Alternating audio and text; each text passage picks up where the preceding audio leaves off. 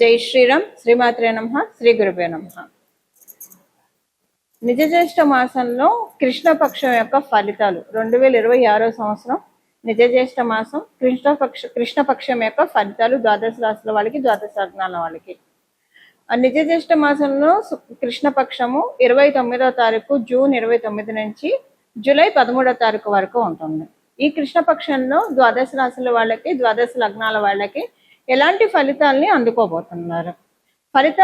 ఫలితాన్ని చెప్పడానికి ముందుగా ఫలితాన్ని ప్రసాదించే గ్రహ దేవతలు ఏ ఏ రాశుల్లో స్థితులై ఉన్నారో ప్రథమంగా మనం పరిశీలిద్దాము.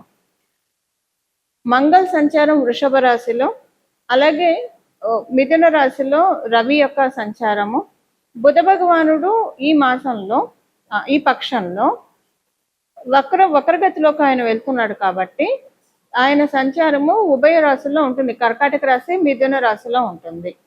కర్కాటక రాశిలో గురు శుక్రుల సంచారము.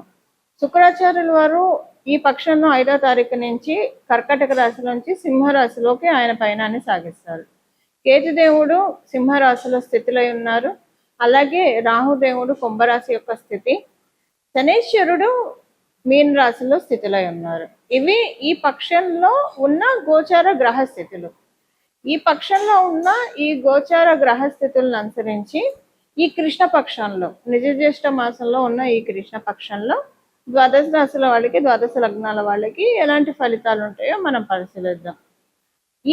ఈ ఫలితాలు మెయిన్గా వీటిల్లో విశేషాంశం ఏమన్నా ఉందా అంటే, గురు శుక్రుల యొక్క కలయిక కర్కాటక రాశిలో, అంటే మొదటి 5వ తారీఖు నుంచి అది బ్రేక్ అవుతుంది, ఆయన సింహరాశిలోకి వెళ్తున్నారు. శుక్రకేతువుల యొక్క కలయిక మొదట. శుక్రుడు ఏంటంటే చాలా కంఫర్ట్స్ని మనకి ఆయన అనుకూలంగా ఉంటే మంచి రిలేషన్స్ ఉంటాయి, మనం చూడటానికి అందంగా ఉంటాము, మంచి బట్ట కట్టుకుంటాం, మంచి తిండి తింటాం, లగ్జరీ లైఫ్ అన్ని మనం చూస్తాము. ఆయన వెళ్ళి ధర్మస్థానము, మనకి ధర్మస్థానం అని ఎందుకు చెప్తున్నానంటే కాలపురుషుడు కుండలిలో నుంచి సింహరాశి పంచమ స్థానం కాబట్టి ఒక ధర్మస్థానము, 1, 5, 9, 2 ధర్మస్థానాలు. ఈ ధర్మస్థానంలో శుక్రాచార్యుల వారు ఉన్నారు. అక్కడ కేతు భగవానుడు స్థితిలో ఉన్నారు. స్థితిలో ఉండడం వల్ల అది ఎలా ఉంటుందంటే ఈయన ఇస్తూ ఉంటాడు, ఆయన తగ్గొడుతూ ఉంటాడు. సో ఈ వారిలో ఎవరు గెలుస్తారు? శుక్రాచార్యుల వారు ఇస్తాడా? ఆయన చేత కేతు భగవానుడు ఎలాంటి అడ్డు చెప్పనీయకుండా అన్ని ఇవ్వనిస్తాడా? ఇవి చూడాలి మనం. అంటే ద్వాదశ రాశుల వాళ్ళకి, ద్వాదశ లగ్నాల వాళ్ళకి ఎలాంటి ఫలితాలు ఉంటాయి, ఇది ఒక స్పెషల్ ఇంపాక్ట్. దానికి తోడు బుధ భగవానుడు ఆయన వక్రగమనంలోకి వెళ్తున్నారు, ఇది ఇంకొక స్పెషల్ అంశము. అన్ని ఏది ఎలా ఉన్నా సరే ఓవరాల్గా మనం చూసుకుంటే, ఓవరాల్గా చూస్తే ఈ పక్షంలో ద్వాదశ రాశుల వాళ్ళకి, ద్వాదశ లగ్నాల వాళ్ళకి అందరికీ 27 నక్షత్రాల వాళ్ళకి, వీళ్ళు వాళ్ళని కాకుండా ప్రతి ఒక్కళ్ళకి గురువు యొక్క బలం ఉండడం, గురువు యొక్క కృప విశేషంగా ఉండడము ఇది ఒక మేజర్ పాయింట్. అందరికీ కూడా ఒక కీ పాయింట్ అనుకోండి. దీనివల్ల మిగతా గ్రహస్థితులు ఎలాగున్నా కూడా వాటి వల్ల ఎక్కువగా ఇబ్బంది ఉండదు. ఇప్పుడు ఉదాహరణకి ఇప్పుడు మేషరాశిలో పుట్టిన వాళ్ళకి శుక్రుడు మరియు కేతువు యుతి వల్ల సింహరాశిలో సంతానానికి సంబంధించిన ఇబ్బందులు రావచ్చు, సంతానానికి ఆరోగ్య సమస్యలు రావచ్చు. గురు భగవానుడు ఏం చేస్తాడు? ఆయన ఆచ్ఛాదన ఉంది కదా, ఆయన కర్కాటక రాశిలో ఉన్నాడు, సింహరాశిలో వీళ్ళిద్దరు ఉన్నారు. ఆయన ఆచ్ఛాదన ఉంది కాబట్టి ఏదైనా పెద్ద హెల్త్ ప్రాబ్లం వచ్చే చోట చిన్నగా ఆయన చేస్తాడు. అంటే ఒక బాగా హెల్త్ ప్రాబ్లం, ఒక యాక్సిడెంట్, మరి మీ జాతకం ప్రకారం యాక్సిడెంట్ అయ్యేసి ఉంటే కనుక ఏదన్నా చిన్నగా వేలు కోసుకుంటుంది, అలాగా అంటే చాలా స్వల్పంగా పోనిస్తాడు. అసలుంటే పూర్తిగా ఏది తప్పించుకోలేం, కర్మను అనుభవించాల్సిందే. అలా ఒక్కొక్క రాశి వాళ్ళకి ఒక్కొక్కటి, వీళ్ళు శుక్రకేతువుల యుతి ఒక్కొక్క ప్రాబ్లమ్ని క్రియేట్ చేస్తూ ఉంటే మీ రాశి మీ లగ్నం ప్రకారం దాన్ని గురు భగవానుడు ఇంటెన్సిటీ తగ్గిస్తాడు. ఇప్పుడు బుధ భగవానుడు కూడా వక్రగమనంలో వెళ్తున్నాడు ఈ పక్షంలో. అది కొన్ని రాశుల వాళ్ళకి మంచిదే, చాలా మంచిది. ఏ రాశుల వాళ్ళకి మంచిది? ప్రథమంగా కర్కాటక రాశి వాళ్ళకి మంచిది, ఆయన వక్రగతిలోకి వెళ్ళడము. ధనుసు రాశి వాళ్ళకి మంచిది, మీన రాశి వాళ్ళకి మంచిది. ఇది మేష వృశ్చిక రాశి వాళ్ళకి ఇది న్యూట్రల్గా ఉంటుంది, మంచి ఉండదు, చెడు ఉండదు. అలాగే కుంభరాశి వాళ్ళకి, మకర రాశి వాళ్ళకి మంచి అంటే న్యూట్రల్, మంచి కాదు, వాళ్ళకి కొంచెం ఇబ్బంది ఉంటుంది. అంటే న్యూట్రల్ కంటే కొంచెం బిలో యావరేజ్ ఫలితాలు ఉంటాయి.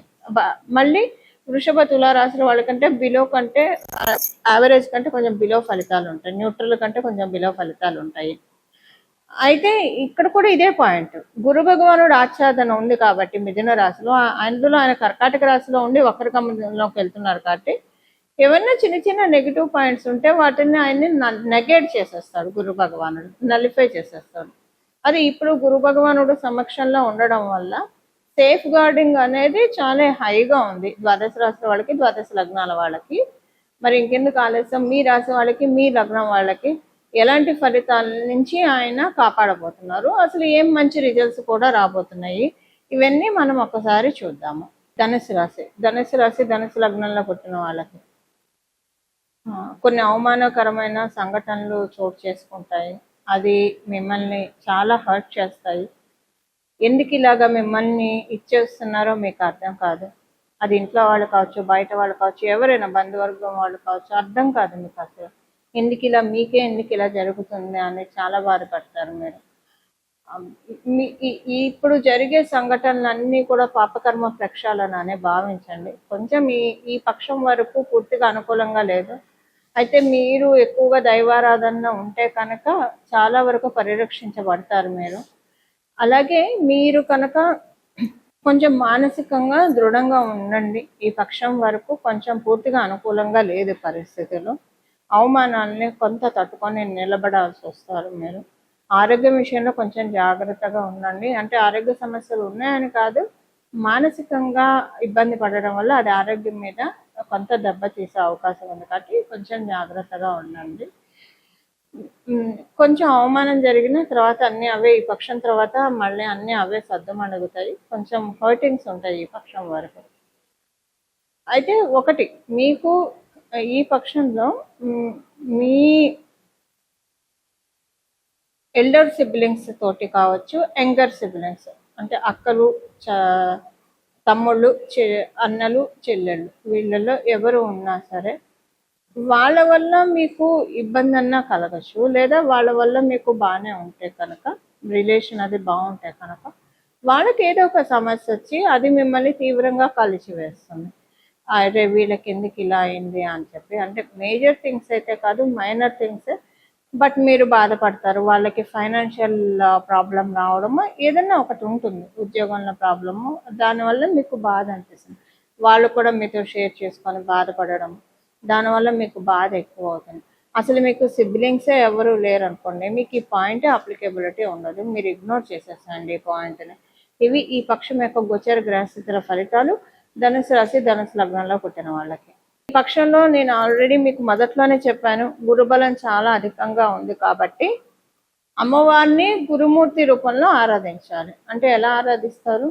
శారదా రూపంలో ఆరాధించవచ్చు, సరస్వతి అమ్మవారి రూపంలో ఆరాధించవచ్చు, రాజశ్యామల అమ్మవారి రూపంలో ఆరాధించవచ్చు, గాయత్రి మాత రూపంలో ఆరాధించవచ్చు, విద్యాలక్ష్మి రూపంలో ఆరాధించవచ్చు. ఇలాగా అమ్మవారిని గురుమూర్తి రూపంలో ఆరాధించడం చాలా మంచి ఉత్తమమైన ఫలితాలని ద్వాదశ రాశుల వాళ్ళకి, ద్వాదశ లగ్నాల వాళ్ళకి కూడా కలుగుతుంది. అలా అమ్మవారి యొక్క ఆరాధన చాలా మెయిన్గా ఉంటుంది. లేదా మనము మామూలుగా చూసుకుంటే కనుక దక్షిణామూర్తి స్వామి వారిని, దత్తాత్రేయుల వారిని, కృష్ణుడిని, ఇలాగా మీకు ఇష్టమైన దేవీ దేవతలు గురుతత్వంలో ఉండే వాళ్ళని కూడా ఆరాధించవచ్చు. ఎలాగ ఆరాధించినా మీరు దేవీ దేవతల్ని, ఎవరినైనా గురుతత్వ రూపంలో ఉండే దేవీ దేవతల్ని ఎవరిని ఆరాధించినా కూడా శీఘ్రంగా మంచి ఫలితాలు మాత్రమే ఉంటాయి, అందులో ఎలాంటి ఇబ్బంది లేదు.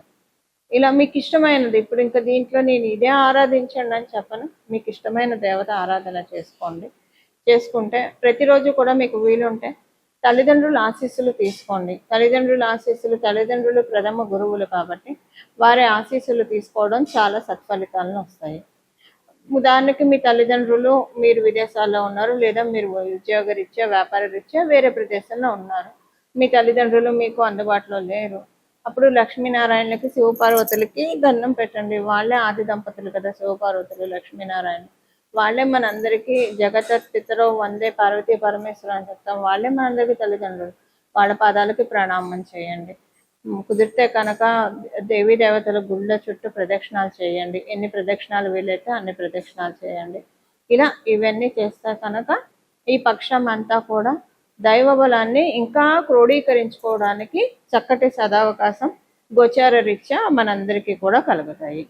ఇలా మనందరం కూడా గురువు యొక్క కృపని పొందాలని చెప్పి, గురువు యొక్క కృపతోటి మన జీవితాన్ని ఆనందమయం చేసుకోవాలని మనస్ఫూర్తిగా మనందరి తరఫున గురుమూర్తిని ప్రార్థిస్తూ మంగళం. నమో భగవతే వాసుదేవాయ.